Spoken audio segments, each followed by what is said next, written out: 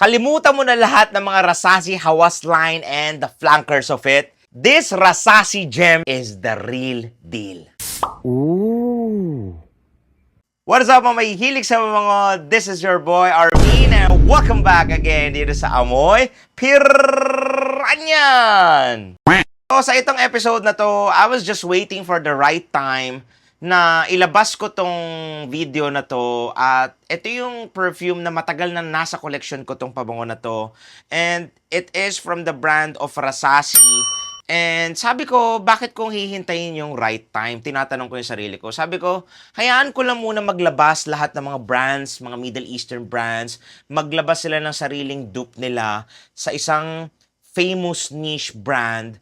At tingnan ko kung kaya ba nilang talunin tong isang perfume ko na matagal ko na din siyang gine-gatekeep and I don't share this one with anyone. I think this is one of the hidden gems ng Rasasi. This is one of their best attempt sa isang creed and that is none other than Silver Mountain Water. Sa mga big fans dyan ng Silver Mountain Water, for sure, you love that how artistic that scent is. It's not for everyone. They really appreciate how the scent profile goes from the start to finish and how artistic they release that kind of a perfume sa masa. Actually, this is Always Someday and this is from the brand of Rasasi. This is the dupe of Creed Silver Mountain Water. Makikita nyo, the dent of my bottle is from here na po. This is 100 ml in its EDP concentration. Ito yung pabango na still on the production pa rin siya. Hindi siya discontinued. Bakit ko sinasabing best attempt sa Creed Silver Mountain Water? Kasi nakuha nilang all aspects. It has a unique twist sa composition niya. That's because of the rose note. So yung rose note niya, it acts like a parang red rose. It doesn't act like a white rose. It acts like a very silver metallic rose. It's just encapsulated inside an ice in a winter season. So explain ko tong pabango na ito sa inyo, how it evolves and how artistic itong perfume na to and why I really enjoy this. From the start pa lang, maaamoy mo yung pagka very bitterness of the bergamot. It has a very mineralic, aquatic facets. Okay, may maaamoy kayong oceanic ambergris. It has aquatic ozonic note. May maaamoy din kayo may pagka very herbaceous feel that's coming from the clary sage. It's very green. May pagka-herbally facet siya. May maaamoy din kayong konting sweetness of the lavender.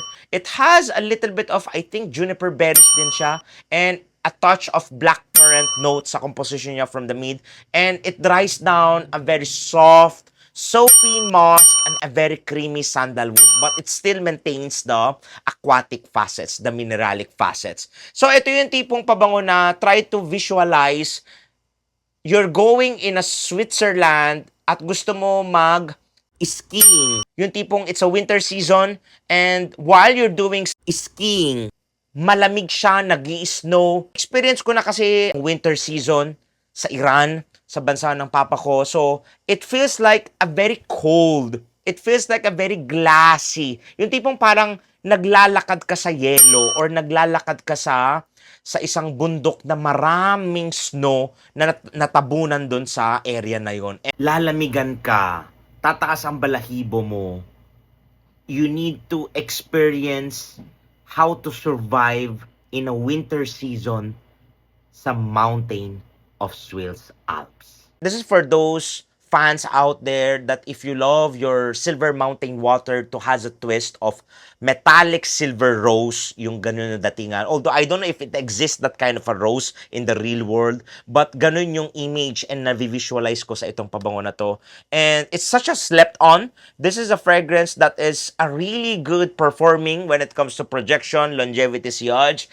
You have nothing to worry about. Projection is very strong, going to the beast mode territory.